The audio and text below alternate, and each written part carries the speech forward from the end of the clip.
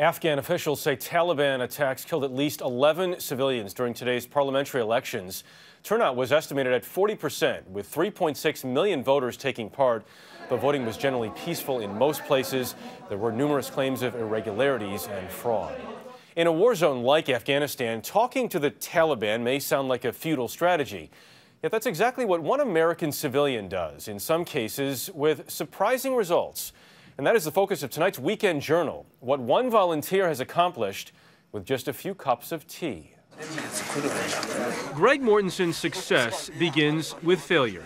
An attempt to climb K2, the second highest mountain on Earth, became a lost cause when he became disoriented and stumbled into a primitive village in the far reaches of Pakistan. The villagers took him in, and in return, Mortenson promised to build them a school. That was 17 years ago. Today, 145 schools later, Mortenson has helped educate 64,000 children in the most remote areas of Pakistan and Afghanistan, 90% of them girls. Your focus for these 17 years has been on girls' education primarily. Why is that? Educating girls, it decreases infant mortality, it reduces the population explosion, it improves the quality of health and life, and the best investment one can make in any society is investing in girls' education. Mortenson's best-selling book, 3 Cups of Tea, which sold 4 million copies in the U.S., describes the art of negotiating with villagers in Pakistan to build schools on their own terms. Lessons Mortenson eventually took with him to Afghanistan. We can start schools where there's a lot of Taliban, but it's because we have the relationships with the elders. But it took a lot of cups of tea to get there. For peace and hope for all the world.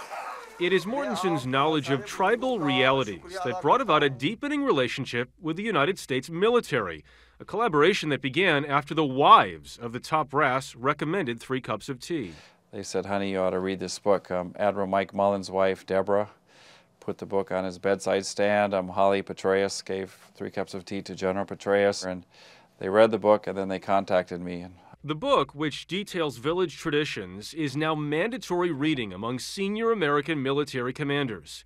Mortenson has set up 36 meetings between military leaders and tribal elders.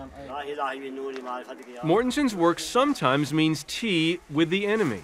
In order to do our good work, we have to deal with a lot of shady people, and I pass no judgment on anybody as long as they want to help get their children in school. Mortenson tells a story of trying to convince some Taliban members to open a new school, a deal that was struck over a swing set.